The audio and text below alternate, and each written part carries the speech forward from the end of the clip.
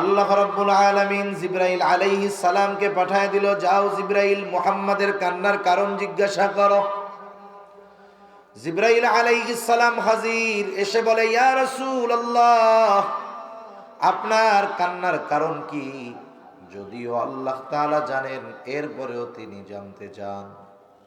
আল্লাহ তাআলা জানেন, এরপরেও তিনি জানতে চান।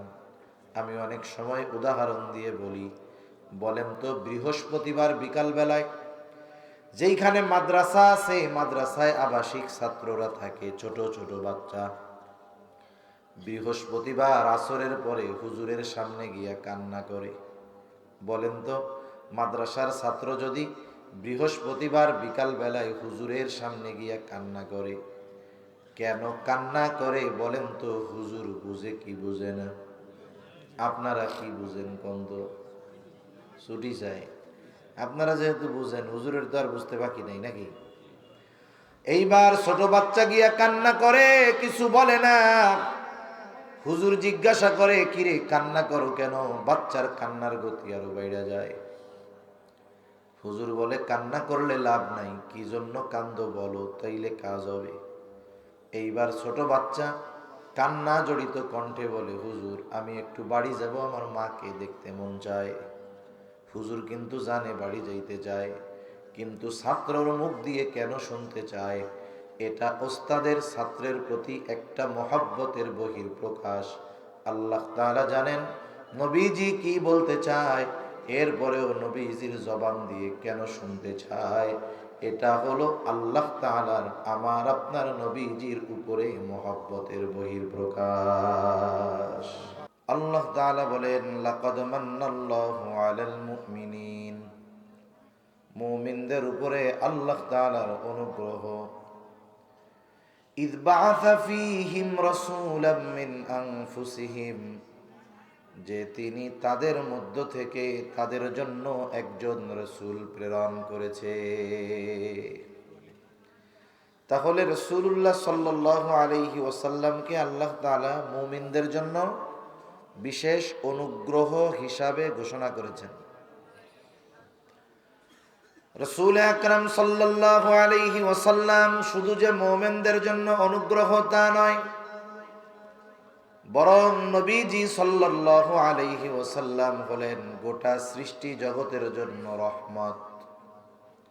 গোটা সৃষ্টি জগতের জন্য তিনি হলেন রহমত।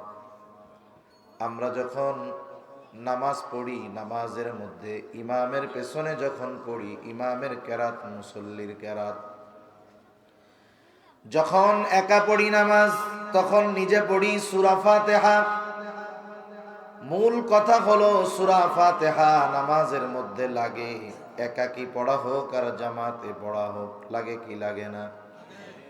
সূরা ফাতিহার শুরুতেই আমরা বলি আলহামদুলিল্লাহি রাব্বিল আলামিন। আমরা বলি সকল প্রশংসা আল্লাহর জন্য। কে আল্লাহ? বলে রব্বুল আলামিন, তিনি হলেন জগৎ সমূহের প্রতিপালক। আল্লাহ তাআলা হলেন জগৎ সমূহের রব, জগৎ সমূহের প্রতিপালক। আলম এক বচন, আলামিন শব্দটা হলো বহু বচন। তার মানে জগৎ যে একটা এমনটা নয়, বরং প্রথম আকাশের নিচে অগণিত জগৎ যিনি সৃষ্টি করে রেখেছেন তিনি কে? বিজ্ঞান যখন কয়েকটা আবিষ্কার করে আমরা অবাক হয়ে যাই, ওরে বাবা বিজ্ঞান কি করে ফেলতেছে।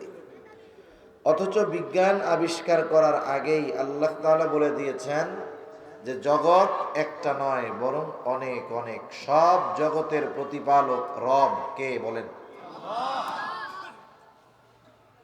আমার আপনার সেই রব আল্লাহ আমার আপনার নবীজির ব্যাপারে ঘোষণা করেন, ওয়ামা আরসালনাকা ইল্লা রাহমাতাল লিল আলামিন। আল্লাহ তাআলা বলেন, হাবিব আমি আপনাকে জগৎ সমূহের জন্য রহমত হিসাবে প্রেরণ করেছি। তাহলে হলেন রব্বুল আলামিন হলেন আল্লাহ, আর রহমাতুল লিল আলামিন হলেন মুহাম্মাদুর রাসূলুল্লাহ।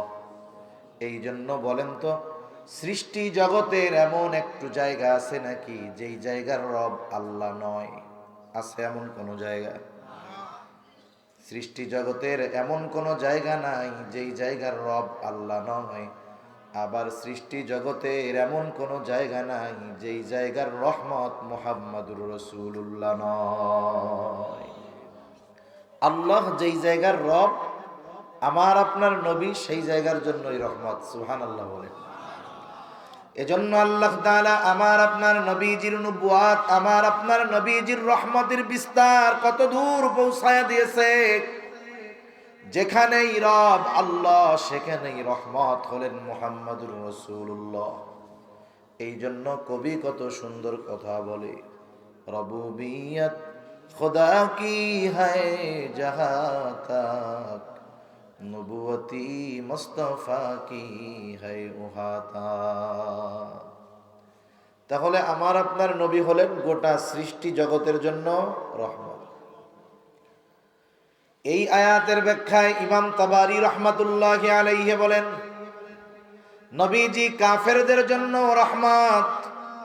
নবীজি রহমাতুল লিল আলামিন হওয়ার কারণে এই উপকার শুধু যে মুমিনরা লাভ করে তা নয়, কাফেররাও লাভ করে। আল্লাহর নবী সাল্লাল্লাহু আলাইহি ওয়াসাল্লাম আল্লাহ তাআলার কাছে বিশেষ কিছু দোয়া করে গেছে। এর মধ্যে অন্যতম একটি দোয়া হলো, আল্লাহ আমার উম্মতের অবাধ্যতার কারণে, পাপের কারণে অতীতের উম্মতদের মতো আপনি আমার উম্মতকে সমূলে ধ্বংস করে দিবেন না। পৃথিবীতে যত মানুষ আছে, যত মানুষ আসবে, আমার আপনার নবীজির পর থেকে মুমিন হোক আর কাফের হোক, সকলেই নবীজির উম্মত, ঠিক না? ধরেন 700 কোটি মানুষ এখন দুনিয়ায় আছে, 200 কোটি মুসলমান, 500 কোটি অমুসলিম। কি পরিমাণ জুলুম, নির্যাতন, অত্যাচার অমুসলিমরা মুসলমানদের উপরে করতেছে, আর কি পরিমাণ পাপ মুসলমান ঘরের সন্তান হয়ে করতেছে। এরপরেও আল্লাহ তাআলা ওই পাপাচারের কারণে সমূলে ধ্বংস করে না, মাঝে মধ্যে একটু নড়াচড়া দিয়ে সতর্ক করে দেয়, ঠিক কিনা বলেন? না হলে আমাদের সমাজে, আমাদের দেশে, গোটা দুনিয়ায় এমন কিছু পাপাচার বিস্তার লাভ করতেছে, এটা যদি অন্য নবীর সময় হইতো, আমার দিল বলে আল্লাহ গজব দিয়ে ওদেরকে সমূলে নিশ্চিহ্ন করে দিত। এই যে ফিলিস্তিনের মাজলুম মুসলমানদের উপরে কত জুলুম, অত্যাচার, আল্লাহ তাআলা সমূলে ধ্বংস করে দেয় না, সুযোগ দিছে। এটা নবীজির বরকতে, ঠিক কিনা বলেন? বড় বড় কাফেররাও নবীজির কারণে বেঁচে গেছে। আবু জেহেলরে চিনেন আপনারা? চিনেননি? আরে কিছু মানুষ আছে এইগুলোরে দেখা লাগে না, নাম শুনলেই চেনা যায়। আর নামটা শুনলে কি মন চায় কোন তো? আবু জেহেলরে পাইলে কি করতেন? দাওয়াত দিয়া খাওয়াইতেন। মেহমান সৌদি আরব থেকে আইছে, দাওয়াত দিয়া খাওয়াই। কি করতেন? আবু জেহেল একদিন নবীজির সামনে আইসা আল্লাহ তাআলার কাছে দোয়া করতেছে। মক্কার এই মানুষগুলো যদিও মুশরিক ছিল, কিন্তু আল্লাহ তাআলাকে তারা বিশ্বাস করত, স্রষ্টা হিসাবে আল্লাহ তাআলাকে মানত, আমার কথা না।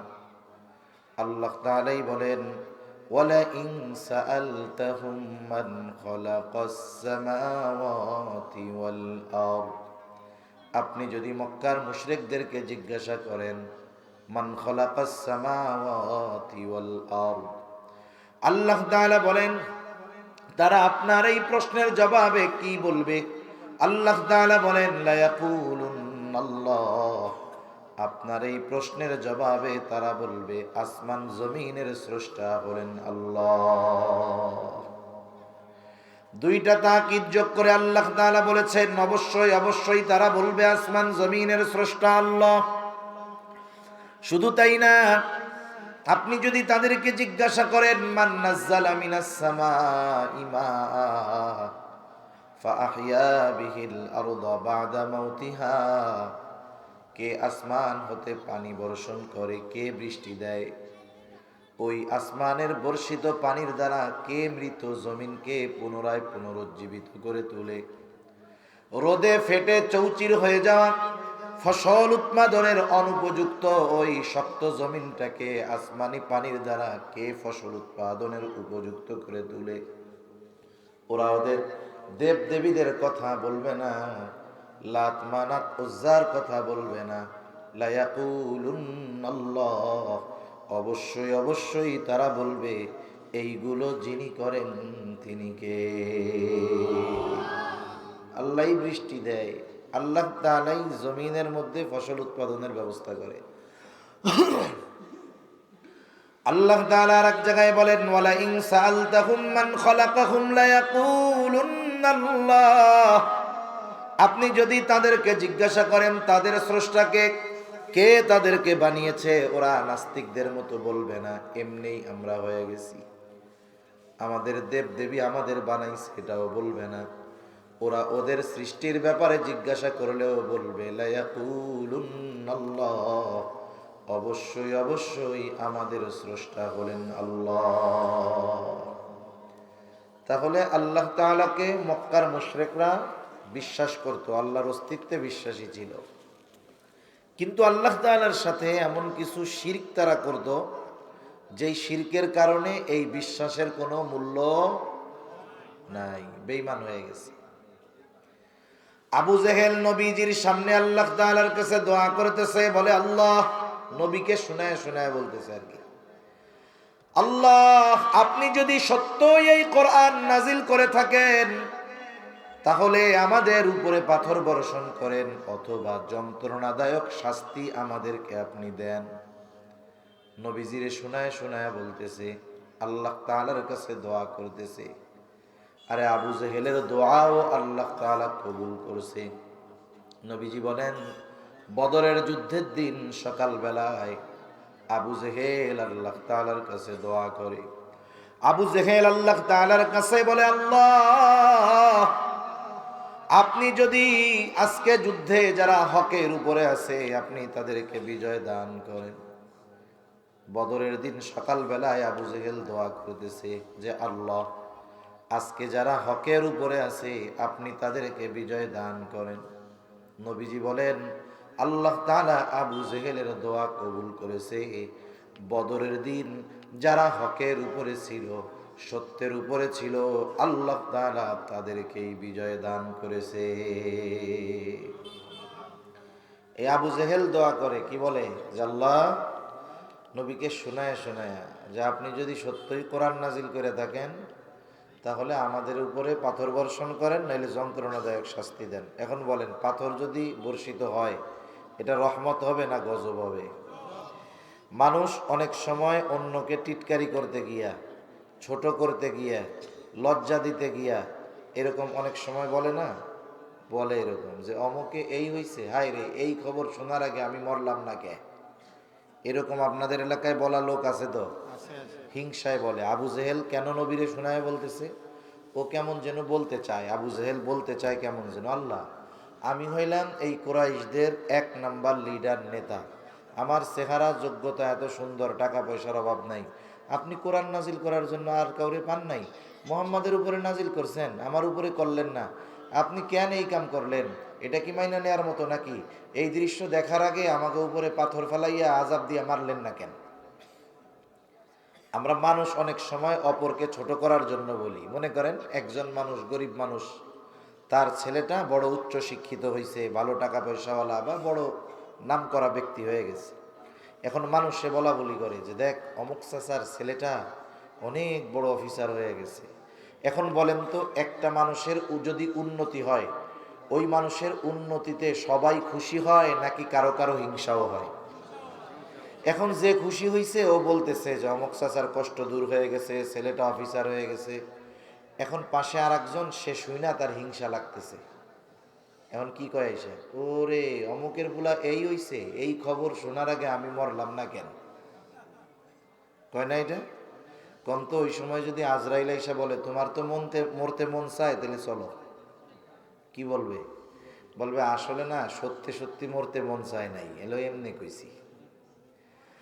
তা মানুষ অনেক সময় হিংসায় বলে এই খবর শোনার আগে আমি মরলাম না কেন, এই বিষয় দেখার আগে আমি মরলাম না কেন, এরকম বলে না? বলে আসলে মরতে চায় না। সে আসলে অপরকে হিংসা করে এই কথাগুলো বলে।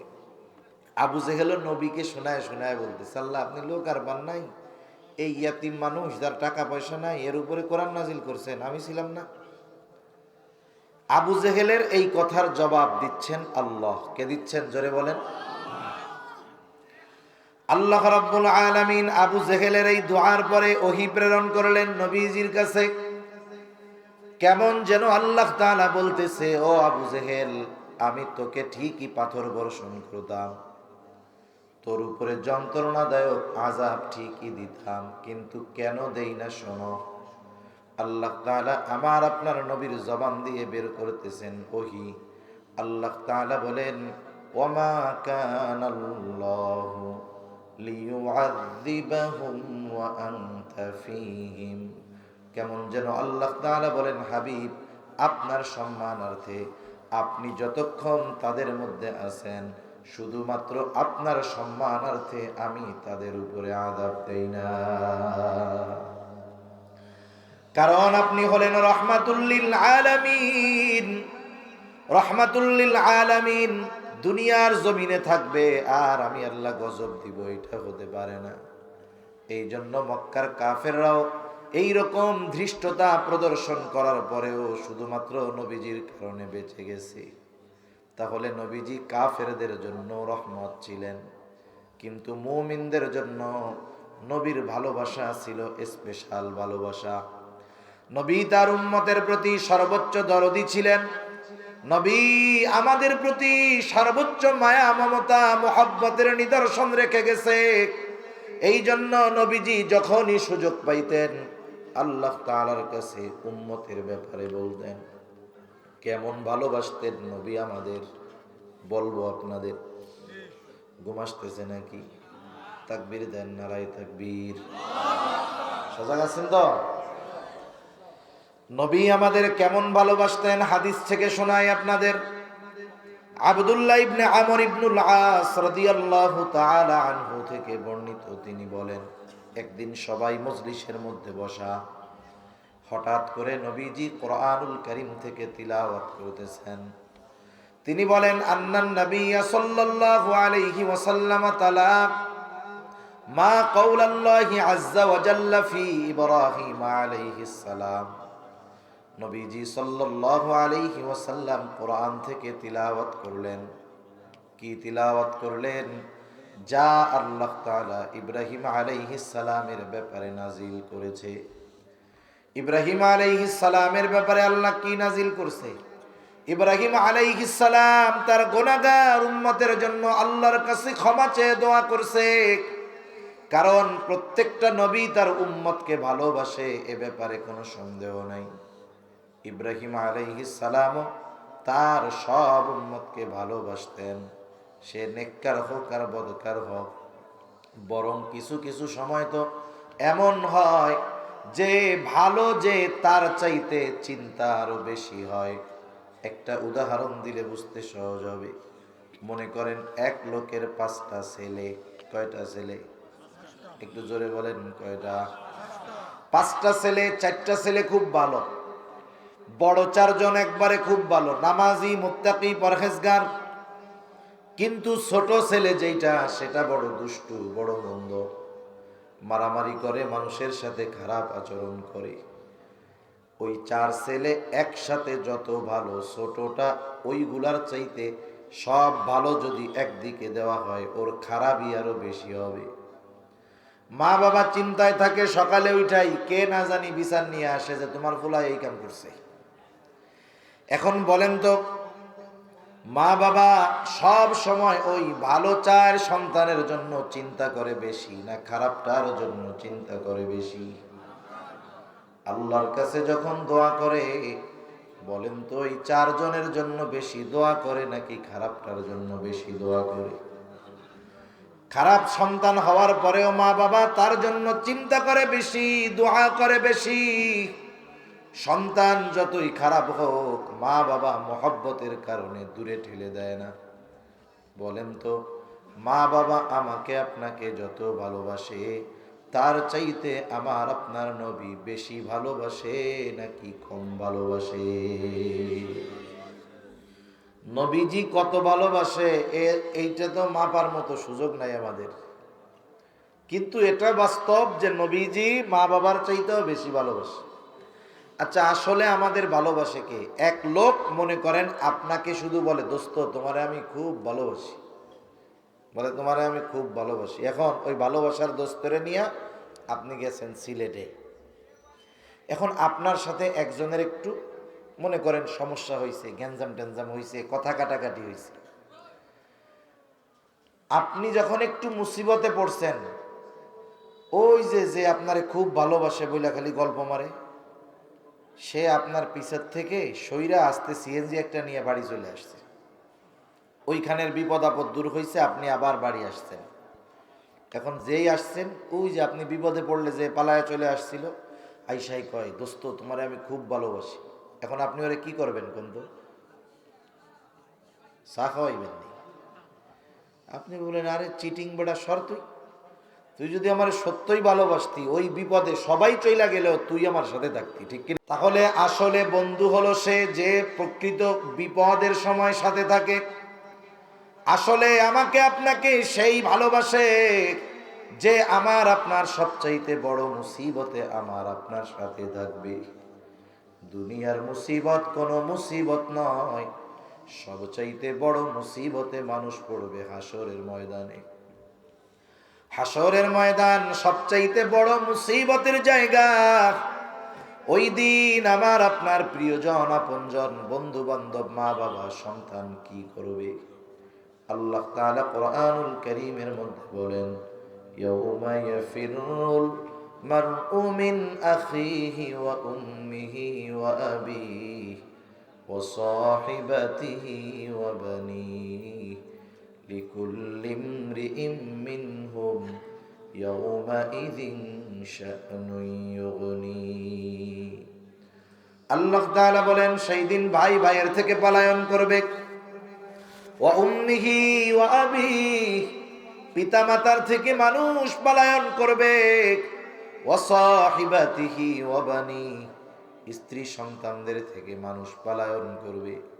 কেউ চাইবে না কোনো আপনজনের সাথে তার দেখা হয়ে যাক, প্রত্যেকেই নিজের চিন্তায় বিভোর থাকবে।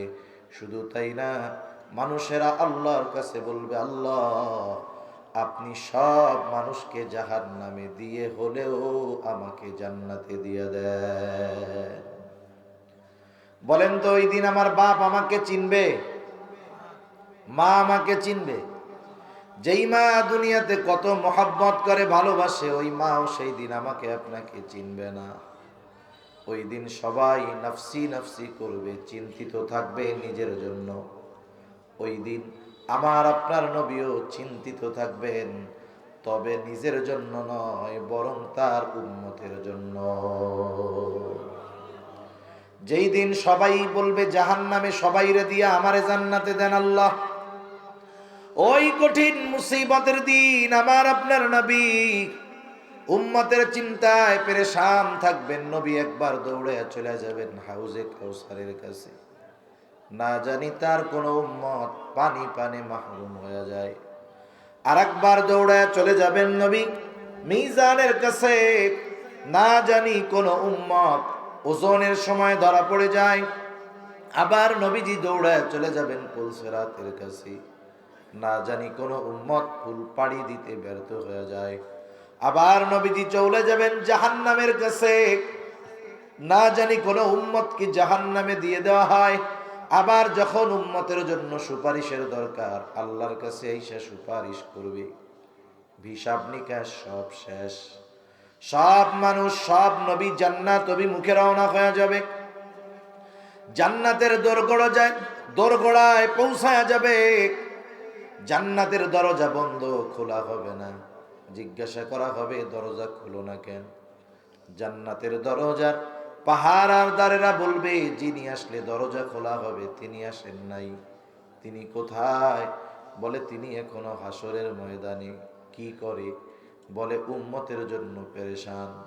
সব নবী জান্নাতের দোরগোড়ায় পৌঁছায় গেছে, আমার আপনার নবী ততক্ষণ পর্যন্ত জান্নাত অভিমুখে রওনা হবেন না, যতক্ষণ না তার ওই উম্মত যার যাররা পরিমাণ ঈমান ছিল, তার ব্যাপারেও যতক্ষণ না আল্লাহ তাআলার নিকট থেকে জান্নাতের নিশ্চয়তা পাবেন, ততক্ষণ আমার আপনার নবী জান্নাতে যাবে না।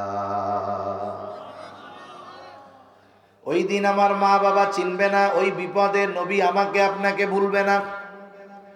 এই জন্য নবী আমাকে আপনাকে সবচাইতে বেশি ভালোবাসে, কোনো সন্দেহ নাই। প্রত্যেকটা নবী তার উম্মতের ব্যাপারে চিন্তিত। উম্মত যদি গুনাহগার হয়, চিন্তাটা আরো বেশি হয়। ইব্রাহিম আলাইহিস সালাম গুনাহগার উম্মতের জন্য দোয়া করে কি কয়? বলে রব্বি ইন্নাহুন্না আযলালনা কাসীরাম মিনান নাস ফামান তাবিআনি ফাইন্নাহু মিন্নি ওয়ামান আসানি ফাইন্নাকা গফুরুর রহিম। ইব্রাহিম আলাইহিস সালাম বলে, ও আমার রব, এই মূর্তিগুলা, এই প্রতিমাগুলো অধিকাংশ মানুষকে পথচ্যুত করে ফেলছে, পথভ্রষ্ট করে ফেলছে। ফামান তাবিআনি ফাইন্নাহু মিন্নি, তবে যারা আমার আনুগত্য করেছে তারা তো আমার দলভুক্ত। কেমন যেন পয়গম্বর ইব্রাহিম আলাইহিস সালাম বলে, রব, যারা আমার আনুগত্য করে নাই তারাও তো আমার উম্মত। কেমন যেন ইব্রাহিম আলাইহিস সালাম বলে, ও আমার রব, আপনি যদি চান আমার এই গুনাহগার উম্মত গুলাকেও আপনি মাফ করে দিতে পারেন। কেন পারেন? ওমান আসানি ফাইন্নাকা গফুরুর রহিম। কেমন যেন ইব্রাহিম আলাইহিস সালাম বলে, আল্লাহ, আপনি আপনার গফুর রহিম নামের ওসিলায় আমার এই গুনাহগার উম্মত গুলাকেও মাফ করে দেন। وقال عيسى عليه السلام إن تعذبهم فإنهم عبادك وإن تغفر لهم فإنك أنت العزيز الحكيم। ঈসা আলাইহিস সালাম তার গুনাহগার উম্মতের জন্য দোয়া করে বলে, আল্লাহ, ইন তুআযিবহুম ফাইন্নাহুম ইবাদুক, আপনি যদি তাদেরকে শাস্তি দেন তারা তো আপনারই বান্দা। ওয়া ইন তাগফির লাহুম, আর যদি আপনি তাদেরকে মাফ করে দেন, এই গুনাহগার আমার উম্মত আপনার বান্দা। আপনি তো আজিজ, আপনি তো হাকিম, আপনি মহাপ্রজ্ঞাময়, আপনি মহাপরাক্রমশালী। আপনি যদি আমার এই গুনাহগার উম্মত আপনার বান্দাদের মাফ করে দেন, কেউ আপনার কাছে আর্গুমেন্ট পেশ করবে না, জবাবদিহিতা চাইবে না, কারণ আপনি আজিজ, আপনি হাকিম। ঈসা আলাইহিস সালাম কেমন যেন বলে, আল্লাহ, আপনি আমার এই গুনাহগার উম্মত গুলাকে মাফ করে দেন। দুই নবী তার গুনাহগার উম্মতের জন্য ক্ষমা চাইয়া দোয়া করছে কার কাছে? আরো জোরে বলেন, কার কাছে? অনেক সময় এমন হয়, একটা কাজ আমরা করব কিন্তু মনে নাই। ওই কাজ যখন আরেকজনরে করতে দেখি, মনে পড়ে কি পড়ে না? অনেক সময় ছোট বাচ্চার কিছু মনে নাই, আরেকজনরে দেখতেছে চকলেট খাইতেছে, এবার আব্বার সাথে ঝুলে পড়ে, আব্বারে বলে, আমারও একটা চকলেট কিনে দাও। তাহলে কান্নাকাটি শুরু করে দেয় না? কান্নাকাটি শুরু করে দেয়। নবীজি এইবার দুই নবী যখন দোয়া করছে আল্লাহর কাছে তার উম্মতের ব্যাপারে, আমার আপনার নবীর অন্তরে তার উম্মতের মুহাব্বতের জোশ উঠে গেছে। নবীজি এইবার আল্লাহ তাআলার কাছে তার উম্মতের জন্য দোয়া করে নবীজি কি করলেন? ফারাফা ইয়াদাইহি ওয়া ক্বালা আল্লাহুম্মা উম্মতি উম্মতি ওয়া বাকা। নবীজি দুই হাত উপরের দিকে উঁচু করে কান্না করে আর বলে, আল্লাহ, আমার উম্মত, আমার উম্মত। চোখ দিয়ে অঝর ধারায় পানি পড়তেছে আর বলে, আমার উম্মত, আমার উম্মত। নবীজি আর কিছু বলেন না, হাত উঁচু করে কান্না করেন আর এইটা বলেন। যদিও এর বেশি কিছু বলেন না, কিন্তু নবী কি বলতে চায় দুনিয়ার কেউ না বুঝলেও না জানলেও যিনি বোঝেন, যিনি জানেন, তিনি কে? আল্লাহ রাব্বুল আলামিন জিবরাইল আলাইহিস সালামকে পাঠায় দিল, যাও জিবরাইল, মুহাম্মাদের কান্নার কারণ জিজ্ঞাসা করো। জিবরাইল আলাইহিস সালাম হাজির, এসে বলে, ইয়া রাসূলুল্লাহ, আপনার কান্নার কারণ কি? যদিও আল্লাহ তাআলা জানেন, এরপরেও তিনি জানতে চান। আল্লাহ তাআলা জানেন, এরপরেও তিনি জানতে চান। আমি অনেক সময় উদাহরণ দিয়ে বলি, বলেন তো বৃহস্পতিবার বিকাল বেলায় যেইখানে মাদ্রাসা আছে, মাদ্রাসায় আবাসিক ছাত্ররা থাকে, ছোট ছোট বাচ্চা, বৃহস্পতিবার আসরের পরে হুজুরের সামনে গিয়া কান্না করে। বলেন তো মাদ্রাসার ছাত্র যদি বৃহস্পতিবার বিকাল বেলায় হুজুরের সামনে গিয়া কান্না করে, কেন কান্না করে বলেন তো? হুজুর বুঝে কি বুঝে না? আপনারা কি বুঝেন? কন্দ ছুটি চাই। আপনারা যেহেতু বুঝেন, হুজুরের তো আর বুঝতে বাকি নাই নাকি? এইবার ছোট বাচ্চা গিয়া কান্না করে, কিছু বলে না। হুজুর জিজ্ঞাসা করে, কিরে কান্না করো কেন? বাচ্চার কান্নার গতি আরো বাইরে যায়। হুজুর বলে, কান্না করলে লাভ নাই, কি জন্য কান্দো বলো, তাইলে কাজ হবে। এইবার ছোট বাচ্চা কান্না জড়িত কণ্ঠে বলে, হুজুর আমি একটু বাড়ি যাব, আমার মাকে দেখতে মন চায়। হুজুর কিন্তু জানে বাড়ি যাইতে চায়, কিন্তু ছাত্রর মুখ দিয়ে কেন শুনতে চায়? এটা ওস্তাদের ছাত্রের প্রতি একটা মহব্বতের বহির প্রকাশ। আল্লাহ তাআলা জানেন নবীজি কি বলতে চায়, এরপরেও নবীজির জবান দিয়ে কেন শুনতে চায়? এটা হলো আল্লাহ তাআলার আমার আপনার নবীজির উপরে মহব্বতের বহির প্রকাশ। নবীও জানে যে আমি যা বলতে চাই আল্লাহ জানে, আমি যা বলবো আল্লাহ তাআলা শুনবে। এরপরেও জিবরাইল আলাইহিস সালাম যখন আসছে, নবীজি মন ভরে উম্মতের ব্যাপারে বলছে। জিবরাইল আলাইহিস সালাম আল্লাহ তাআলার কাছে গিয়ে জানায়া দিছে, ওনার কান্নার কারণ হলো ওনার গুনাহগার উম্মতের ক্ষমা। আল্লাহ তাআলা জিবরাইল আলাইহিস সালামকে বললেন, জিবরাইল যাও আমার হাবিবকে গিয়া জানায়া দাও, আমি অচিরেই তাকে তার উম্মতের ব্যাপারে সন্তুষ্ট করব, আমি তার উম্মতের ব্যাপারে তাকে অসন্তুষ্ট করব না। নবীজি আল্লাহর কাছে বলার সুযোগ পাইয়া নিজের জন্য বলেন নাই, নিজের পরিবার পরিজনের জন্য বলেন নাই, আত্মীয় স্বজনের জন্য নবী বলেন নাই, উম্মতের ব্যাপারে আল্লাহর কাছে বলছে। কেমন ভালোবাসেন নবী! কিয়ামত পর্যন্ত যত উম্মত দুনিয়ায় আসবে সকলকে ভালোবাসার নিদর্শন নবী রেখে গেছেন।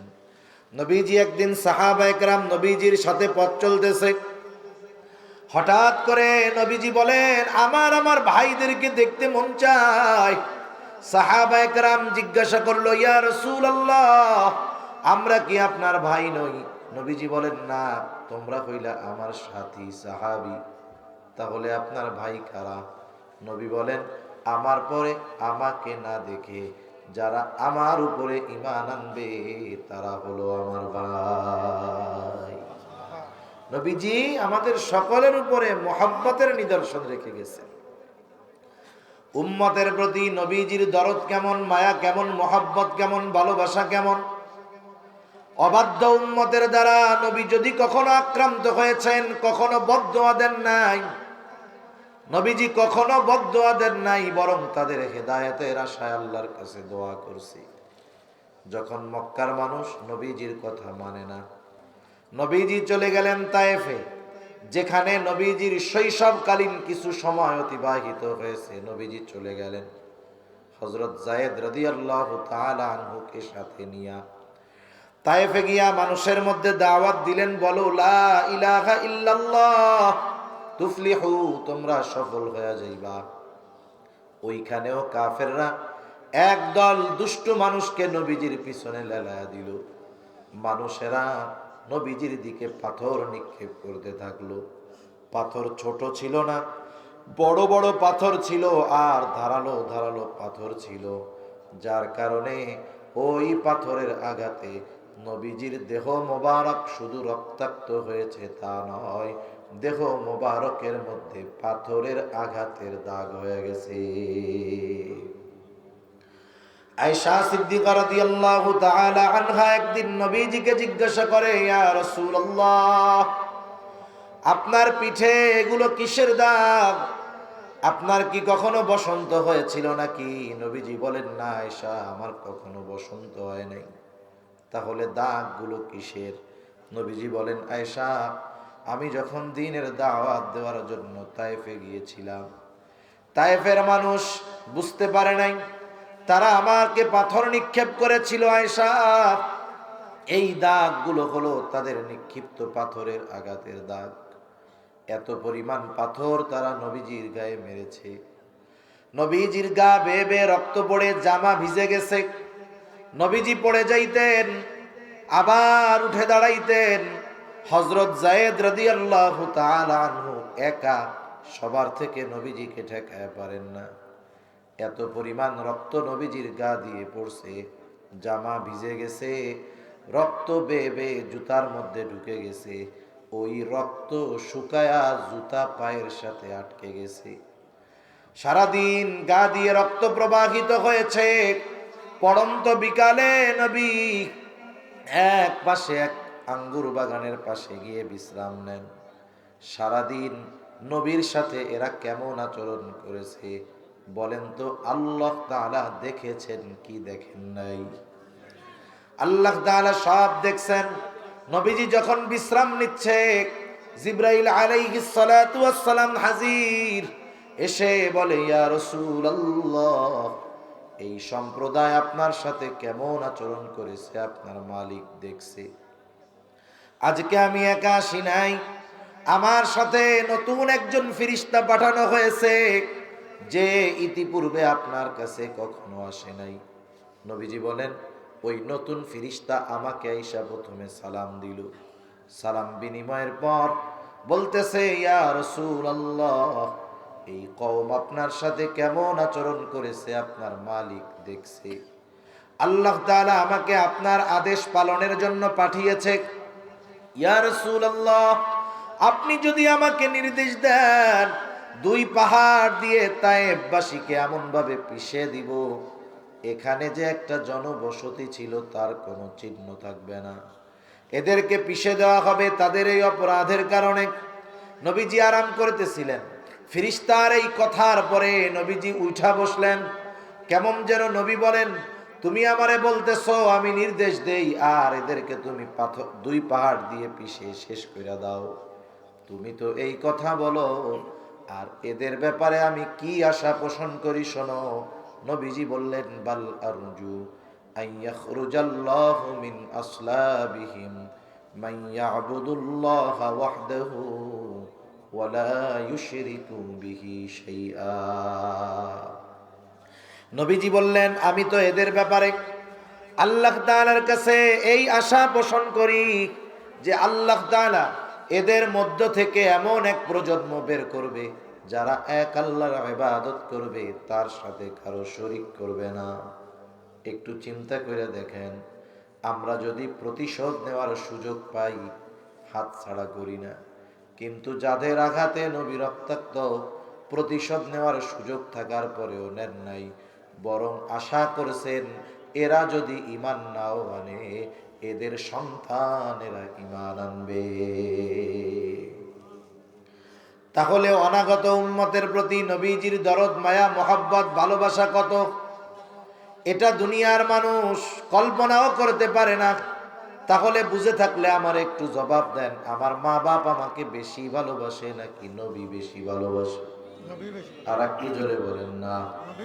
বলেন তো, যেই নবী নিঃস্বার্থ তার উম্মতকে এত ভালোবাসে, সেই নবীকে আমাদের ভালোবাসার দরকার আছে না? না,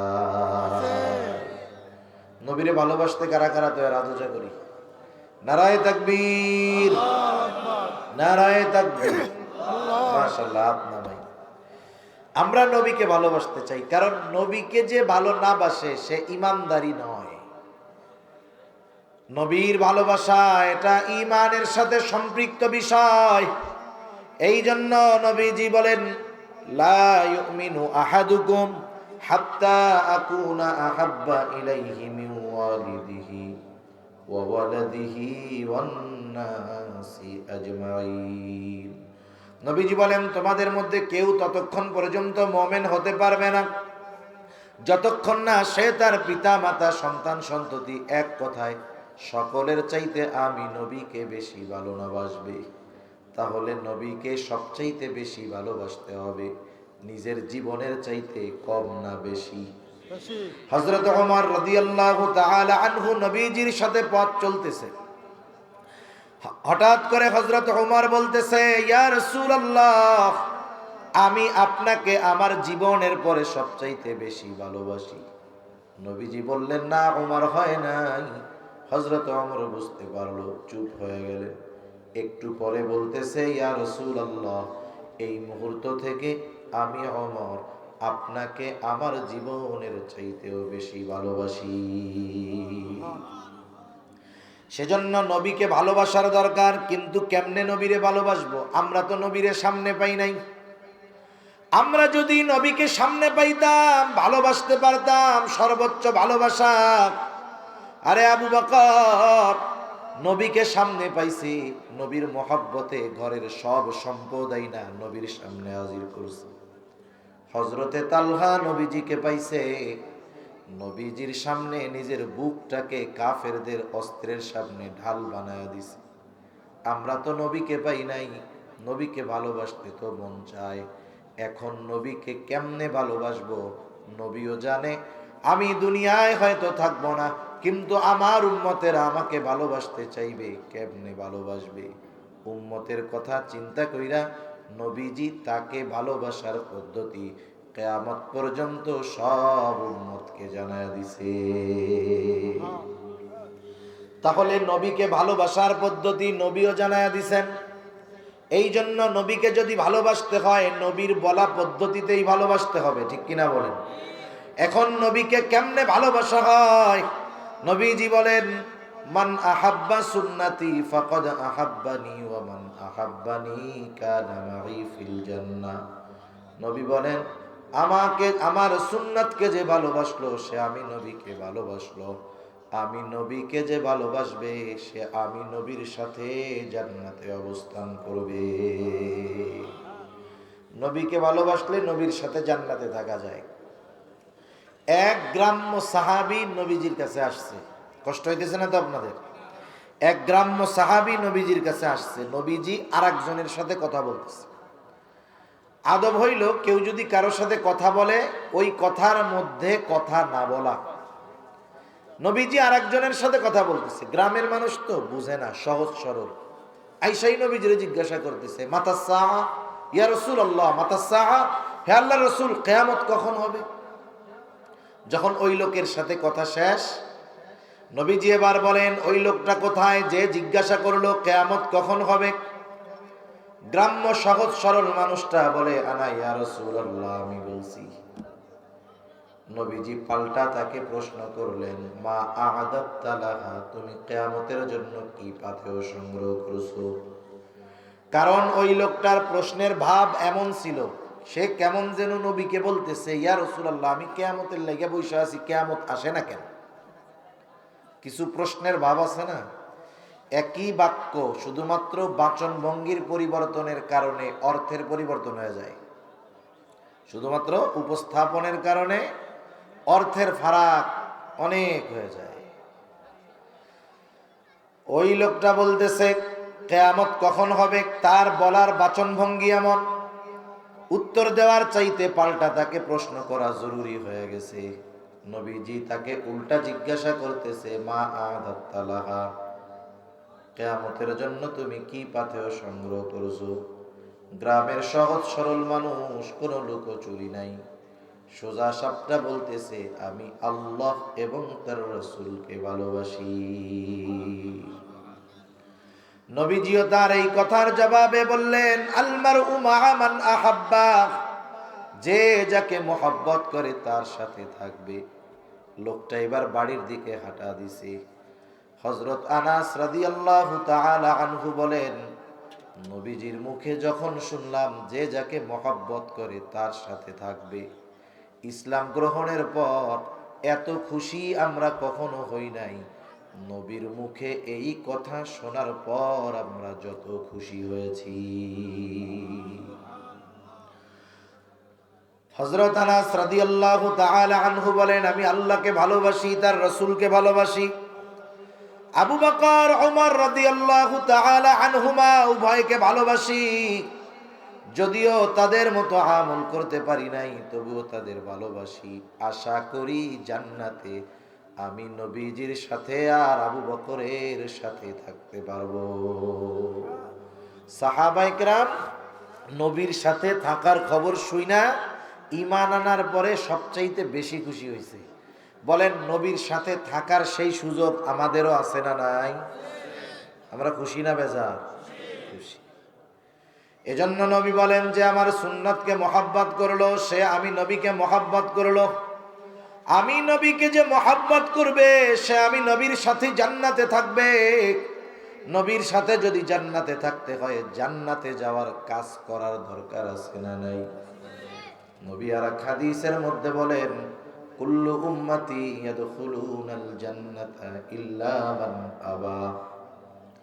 নবীজি বলেন, আমার সব উম্মত জান্নাতে প্রবেশ করবে, আবা উম্মত ছাড়া। জিজ্ঞাসা করা হলো, ইয়া রাসূলুল্লাহ, আবা উম্মত কারা?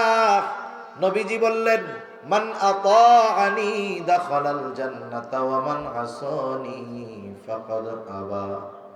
যে আমার আনুগত্য করলো সে জান্নাতে প্রবেশ করবে, আর যে আমার আনুগত্য করে না, করলো না, সে আবা উম্মত, সে জাহান্নামে যাবে। তাহলে নবীজির সাথে জান্নাতে অবস্থান করতে চাই তো আমরা সবাই? এটা মন থেকে কইতেছি নাকি এমনে তালে তালে কইতেছি? বলেন, নবীজির সাথে জান্নাতে থাকার জন্য যা করার দরকার করার জন্য প্রস্তুত আছি?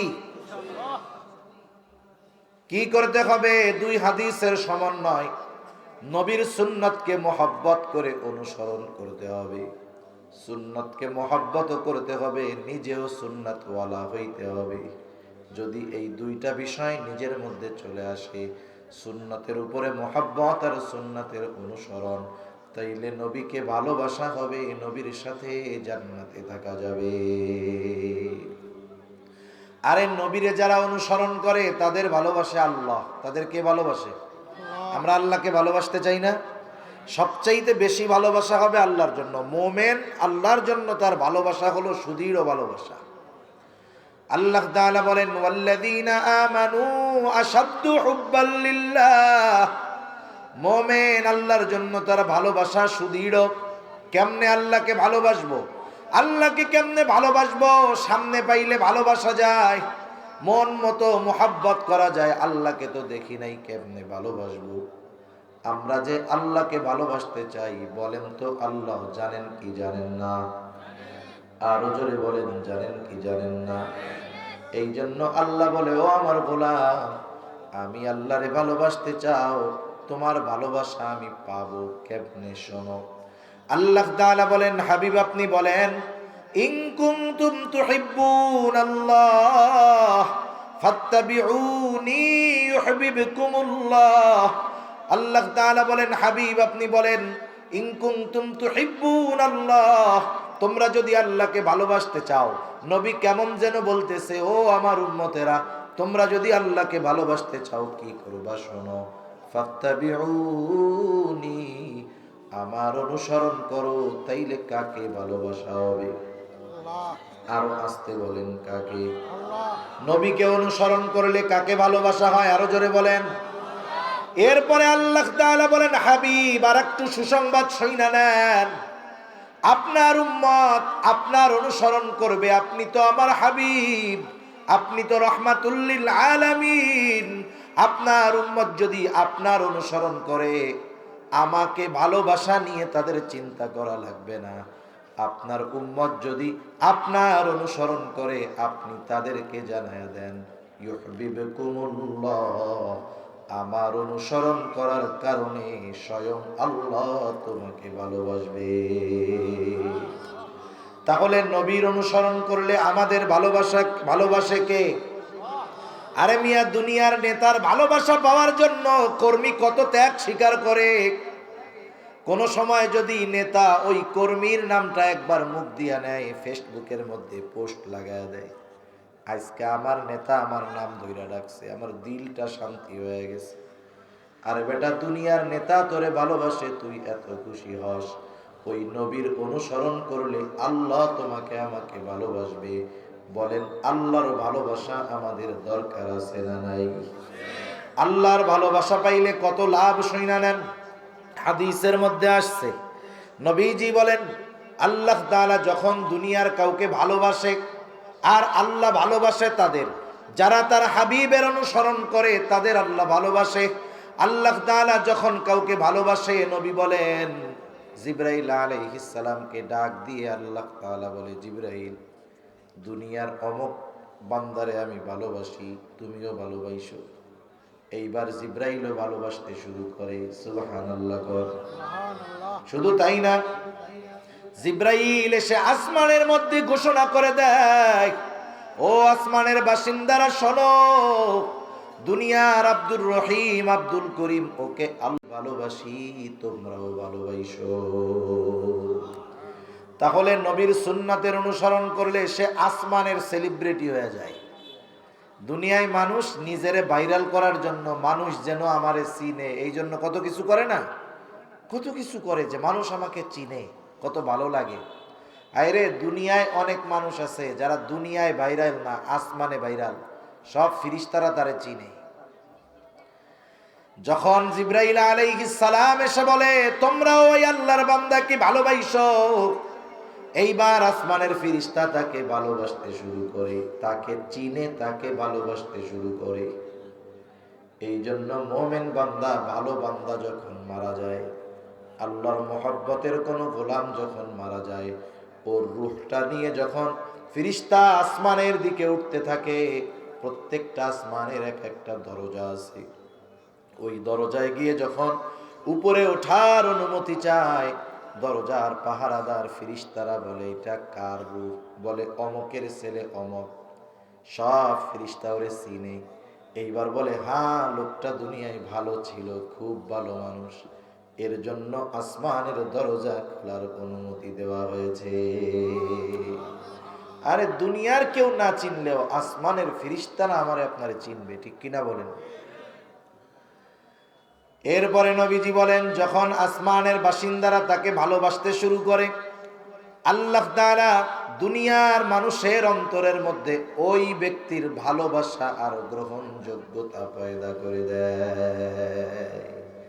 এইবার দুনিয়ার মানুষও তাকে মহব্বত করে, দুনিয়ার মানুষও তাকে ভালোবাসে। এই যে আপনাদের অঞ্চলের বুজুর্গ ওয়াকিল আলী বড় হুজুর রহমাতুল্লাহ আলী, এই জায়গায় দুই একজন আছেন নাকি যে ভালোবাসেন না? আছেন যারা চিনেন? সবাই ভালোবাসেন না? আচ্ছা, ওনার ছেলে পেলে দুনিয়া আছে বাইচা? নাই না? আপনারা দেখেনও নাই মনে হয় অধিকাংশ মানুষ।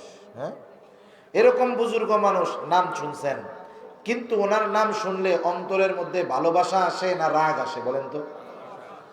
অথচ আমরা দেখি নাই, আপনারাও দেখেন নাই। এখন লোক আল্লাহর বান্দা চলে গেছে দুনিয়া ছেড়া, এরপরেও তার প্রতি ভালোবাসা আপনাদের আছে কেন? ওনার আত্মীয় স্বজন কেউ কি চা পান খাওয়াইয়া কইছিল যে আমার আত্মীয়টা একটু ভালোবাসো? এই ভালোবাসা চা পানের কারণে আসে নাই, এই ভালোবাসা, এই ব্যক্তির প্রতি ভালোবাসা আপনাদের অন্তরে, আমাদের অন্তরে যিনি ঢেলে দিয়েছেন তিনি কে? আর কেন এই ভালোবাসা মানুষের অন্তরে ঢেলে দিচ্ছে? কারণ উনি নবীর সুন্নাতের অনুসরণকারী ছিলেন। সুবহানাল্লাহ। এজন্য রাসূলুল্লাহ সাল্লাল্লাহু আলাইহি ওয়াসাল্লামের অনুসরণের মাধ্যমেই আল্লাহর ভালোবাসা পাওয়া যায়, নবীকে ভালোবাসা হয়। এই জন্য নবীর সাথে যদি জান্নাতে থাকতে চাই, নবীর সুন্নতকে মহব্বতের সাথে অনুসরণ করতে হবে। সর্বশেষ দুই একটা কথা বলে আমি আমার আলোচনা শেষ করে দিব। দেখেন, আমরা যখন সুন্নাত পালনের কথা বলি মানুষকে, মানুষ বিভিন্ন বাহানা দিয়ে সুন্নাত থেকে বাঁচতে চায়। যেই সুন্নাত গুলার কথা উলামায়ে কেরাম বুজুর্গানে দ্বীন বলেন, এই সুন্নাত গুলার মধ্যে অন্যতম একটা সুন্নাত হইল দাড়ির সুন্নাত। দাড়ি হলো এমন এক সুন্নাত, সব সুন্নাত কিন্তু এমন নয় রাখলে সওয়াব আছে, না রাখলে গুনাহ নেই। কিছু সুন্নাত আছে দায়েমি সুন্নাত, এই দাড়ি রাখা এটা মূলত ওয়াজিব। নবীজির এই সুন্নতটা হলো ওয়াজিবি সুন্নাত। দাড়ি যদি এক মুষ্টির কম কারো যদি থাকে, নামাজ পড়ে গুনাহ হইতে থাকে, হজ করে দাড়ি ছাঁটার কাটার গুনাহ হতে থাকে। এই জন্য উলামায়ে কেরাম বেশিরভাগ ক্ষেত্রে দাড়ির সুন্নাতের কথা বলে। কারণ দাড়ি হলো এমন এক সুন্নাত যেটা অনেক সুন্নাত পালনে সহায়ক হয়। দাড়ি হলো এমন এক সুন্নাত, এই দাড়ি যার থাকে অনেক গুনাহ থেকে বেঁচে থাকা তার জন্য সহজ হয়। ঠিক কিনা বলেন? আমি আমারে দিয়েই উদাহরণ দেই। মনে করেন আমার মুখে দাড়ি, আর একজন আমার মতো মুখে দাড়ি নেই, দুইজনে পাশাপাশি দাঁড়ায় আছে। মনে করেন রাস্তা দিয়ে একটা মেয়ে হাইটা যাচ্ছে, ও তাকায় আছে, আমিও তাকায় আছি। বলেন তো আপনি আইসা কারে কবেন আগে, এই বেটা হুজুর মানুষ দাড়ি রেখে মায়ের দিক তাকায় আছে, আর যেটা দাড়ি নাই এরা কিন্তু কিছু বলবেন না। তার মানে দেখেন, দাড়ি যদি কারো থাকে, দাড়িওয়ালা মানুষ কোনো অপরাধ করুক এটা সাধারণ মানুষও পছন্দ করে না। আর যার দাড়ি আছে সেও কমপক্ষে লজ্জায় চিন্তা করে দাড়ি রেখে কি গুনাহ করা যায় নাকি, এটা বলা যায়, এটা দেখা যায়, এগুলো করা যায়। এই দাড়ির কারণে অনেক গুনাহ থেকে বেঁচে থাকা আমাদের জন্য সহজ হয়ে যায়। এই জন্য আমরা তরুণ যুবক যারা আছে দাড়ি উঠতেছে, দাড়ি রাখে না, তাদের বলি যে দাড়ি রাখো। কিন্তু অনেকে বিভিন্ন বাহানা দেয়। একজন পড়ে হাই স্কুলে, কয় হুজুর এখন দাড়ি রাখলে, আমি মাত্র ক্লাস 10-এ পড়ি, আমারে তো সবাই ভাইয়া ভাইয়া বলে, দাড়ি রাখলে চাচা ডাকা শুরু করবে। আরেকজন লেখাপড়া শেষ, চাকরি বাকরি করে, ওর তো আর স্কুলে যায় না, সমস্যা কি, তুমি দাড়ি রাখো না কেন? বলে হুজুর রাখবো কোন সময়? তাই বিয়ে শাদীর পরে দাড়ি রাখবো, এখন রাখো না কেন? বলে আমি যদি এখন দাড়ি রাখি তাইলে ভালো মেয়ে আমাকে পছন্দ করবে না। এই বোকা, যেই মেয়ে দাড়ি আর দাড়িওয়ালারে পছন্দ করে না, আল্লাহর কসম ওই মেয়ে ভালো মেয়ে হতে পারে না। তুমি হয়তো টাকা দেখে, চেহারা দেখে, বংশ দেখে বিবাহ করে ঘরে আনবা, চেহারাটা হয়তো সুন্দর হবে, টাকা পয়সা হয়তো অনেক হবে, বংশ হয়তো অনেক ভালো হবে, যদি সুন্নাতের প্রতি তার ঘৃণা থাকে, লেখা দিয়া যাই আসো, মরার পরে জান্নাতে যাইবা না জাহান্নামে যাইবা আল্লাহ সেটা ভালো জানে। কিন্তু ওই দাড়ি পছন্দ করে না, সুন্নাত পছন্দ করে না, ওই মেয়েকে যদি ঘরে আনো, আশা করা যায় দুনিয়ায় ছোট্ট একটা জাহান্নাম দেখতে পারবা। সেজন্য যেই মেয়ে সুন্নাতওয়ালা দাড়িওয়ালারে পছন্দ করে না, সে কখনো সচ্চরিত্রের হতে পারে না। তুমি যদি দিনদার মেয়ে চাও, আগামীর জীবন যদি শান্তির চাও, তাইলে এখনই মোল্লা হয়ে যাও আগে। তোমার এই মোল্লা অবস্থায় যে পছন্দ করবে, বুঝবা এর সাথে তোমার ভবিষ্যৎটা আশা করা যায় সুন্দর হবে। ঠিক কিনা বলে? সর্বশেষ কথাটা বলি, আপনাদের অঞ্চলে লোকজন মারা যায় না মাঝে মধ্যে? মারা যায় তো, সব জায়গায় মরে। মানুষ যখন মারা যায়, মুসলমান পরিচয় যদি তার থাকে, নামাজি হোক আর বেনামাজি হোক, সুন্নাতওয়ালা হোক আর সুন্নাত ছাড়া হোক, মানুষ যখন মারা যায়, মারা যাওয়ার পর সর্বপ্রথম তাকে গোসল দেওয়া হয়, এরপরে কাফন পরানো হয়, মাঠের মধ্যে জানাজার জন্য আনা হয়। জানাজা শেষ, এইবার মাইয়াতকে, লাশটাকে কবরস্থানে নিয়ে যাওয়া হয়। কবরের পাশে লাশটাকে রাখার পর দুইজন আল্লাহর বান্দা কবরের মধ্যে নামে, আবার দুইজন উপর থেকে লাশটা ধরায়া দেয়। বলেন তো ওই লাশটা ধইরা যখন কবরে নামায়, বলেন তো একটা দোয়া পড়ে, দোয়াটা জানা আছে নাকি? কি দোয়া পড়ে বলেন তো? বিসমিল্লাহি ওয়া আলা মিল্লাতি রাসূলিল্লাহ। ওই দোয়া আপনাদের এলাকায়, আমাদের এলাকায় যত মানুষ মরছে কবরে রাখার সময় এই দোয়াই পড়ছে। কিয়ামত পর্যন্ত সবাইকে কবরে রাখার সময় এই দোয়া পড়বে, যদি পরিচয়টা মুসলমান হয়। নাস্তিক মারা গেছে, হুমায়ুন আজাদ, ওরে তো জানাজা দিছে, ওরেও যখন নামাইছে তখনও মনে হয় পড়ছে। আমার বেলায়ও পড়বে, আপনার বেলায়ও পড়বে, সুন্নাতওয়ালার ব্যাপারেও পড়বে, সুন্নাতের বিরোধিতাকারীর ব্যাপারেও পড়বে। একটু চিন্তা করেন, দিল দিয়া কথাগুলা বুঝবেন, বাড়িতে গিয়ে একটু ভাববেন। সারা জীবন এই দোয়া পড়লাম, কিন্তু এই দোয়ার সারমর্মটা কি? এই দোয়ার সারমর্মটা কি? বুজুর্গানে দিন বলেন, এই দোয়ার সারমর্ম হইল, ওই মাইয়াতকে যখন কবরে রাখা হয় বলা হয় বিসমিল্লাহ, আয় আল্লাহ, আপনার নামে এখন এমন এক ব্যক্তিকে কবরে রাখতেছি যার বিগত জীবন সুন্নতের উপরে অতিবাহিত হয়েছে। সে যখন মারা গেছে সুন্নতের উপরে ছিল, এখন তাকে কবরস্থ করতেছি, এই অবস্থায়ও সে সুন্নতের উপরে আছে। এই দোয়াটা পইড়া আমাকে আপনাকে কবরে রাখবে। এই দোয়া পইড়া এমন একজনকে কবরে রাখা হলো যার মুখে চেহারায় সুন্নাতের বালাই নাই, কোনোদিন সুন্নাতের দ্বারের কাছেও যায় নাই। বলেন তো ওই সুন্নাতবিহীন লোকটাকে যখন এই দোয়া পড়ে কবরের মধ্যে রাখা হবে, ওই সুন্নাতবিহীন লোকটার ব্যাপারে এই দোয়াটা সত্য হবে নাকি মিথ্যা হবে? মিথ্যা হবে, মিথ্যা। অনন্তকালের সফরের প্রথম মঞ্জিল, প্রথম ঘাঁটি হলো কবর। ওই কবরে যদি আমারে আপনারে মিথ্যা কথা বইলা রাখে, পরের অবস্থাগুলো কি হবে চিন্তা করেন। এই জন্য নিজের জীবনে পরিবর্তন আনেন, নবীর আদর্শে আদর্শিত হন, নবীর সুন্নাতের আলোকে নিজের জীবনটা সাজান। হায়রে দেখেন, দুনিয়াতে যখন বিশ্বকাপ ফুটবল ক্রিকেট খেলা আসে, যে যেই দেশে পছন্দ করে, যেই দেশের প্লেয়ারকে ভালো লাগে, ওই দেশের ফুটবল প্লেয়ারের মতো চুলের কাটিং দেয় কি দেয় না? এইবার চুলের কাটিং দিয়ে আসছে, এই মধ্যে আছে চারদিক দিয়া নাই, একেবারে টাক। দেখছেন সজারু মার্কা কাটিং? এগুলো দেখতে কেমন লাগে, রুচিশীল কেমন, এগুলো বুঝে আসে না।